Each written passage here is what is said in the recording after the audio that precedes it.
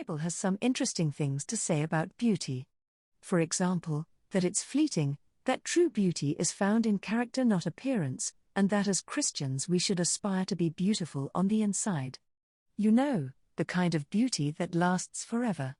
That might sound a little strange at first, but when you take a closer look at 1 Peter 3, also known as the beauty chapter, it makes perfect sense. Because this chapter goes into great detail about what real beauty is and how we can cultivate it in our own life. This video will help you understand why the Apostle Peter used such detailed language to explain his thoughts on true beauty. Because beauty isn't just skin deep.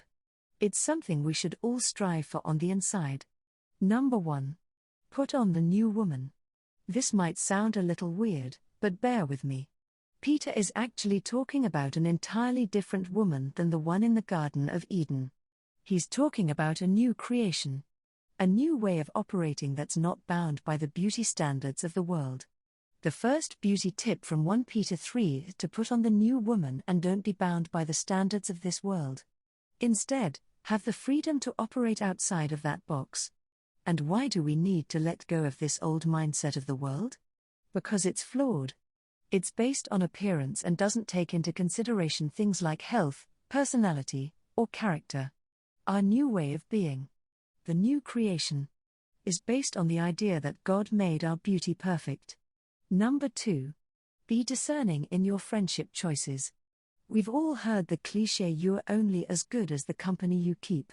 And it's true. When it comes to friendships, we need to be selective. This isn't about who we talk to, help, interact with. We are to be in the world for everyone. All inclusive. This is talking specifically about be discerning over those few you bring into your inner circle, like your mentors, guides, partners. We need to be discerning about who we allow into our life. Why? Because the company you keep will greatly determine the kind of person you become. And if we allow toxic or harmful people into our life, they'll taint our character. This is why Peter says to make a distinction between virtuous and non-virtuous friendships. Do you have people in your life that lift you up? People that you learn from? People that encourage you to be a better person? Or are you stuck in a friendship cycle that's bringing you down? It's okay to let go of toxic friendships. You don't have to be bound to them. You can choose to let them go and find new friends that will benefit your life. Number 3. Don't be fooled by illusory things. Another one of the key passages in 1 Peter 3 mentions that true beauty, not external beauty, is something that'll last forever. That it isn't something that'll disappear when we blink our eyes. And so, Peter says that we shouldn't be fooled by illusory things. We shouldn't be fooled by the idea of what the world considers beautiful but what God considers beautiful. And isn't that what we all want? To become the best version of ourselves? And let's be honest, you won't become the best version of yourself if you're trying to keep up with the latest trends, or buying expensive beauty products that are only temporary. They are the illusion of beauty, not true beauty. Number 4. Develop a healthy self-image.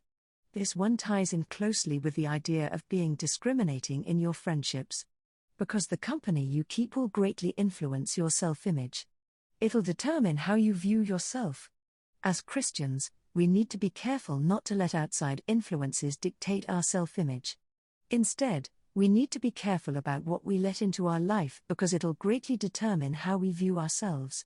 All that pressure to look a certain way, to act a certain way, to have the perfect Instagram feed. It can be overwhelming. And it's easy to get wrapped up in it. So how can we combat this? How can we be careful about what we let into our life? For starters, you can be discerning about what you allow into your life. You can be careful about who you allow to influence you. You can be aware of the pressures of society and how they might be influencing your self-image. You can take a step back from the hype so that it doesn't overwhelm you. You can begin to ask yourself the question, is what I'm doing or what I'm allowing into my life benefiting me or hurting me? Number 5.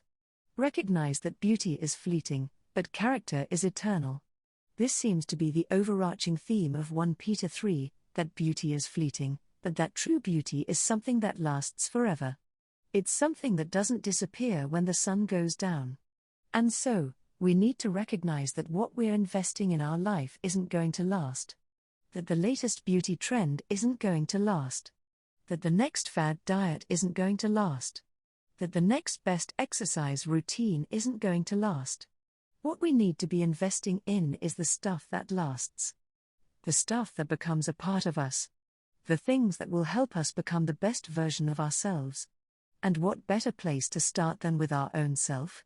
Because when we become the best version of ourselves, we also become the best version of those around us. In conclusion, you can see that there's a lot to unpack in 1 Peter 3. It's a long chapter, and it has a lot of things to say about beauty, not just from a surface level, but from a deep place where it truly resides and was created by God for us.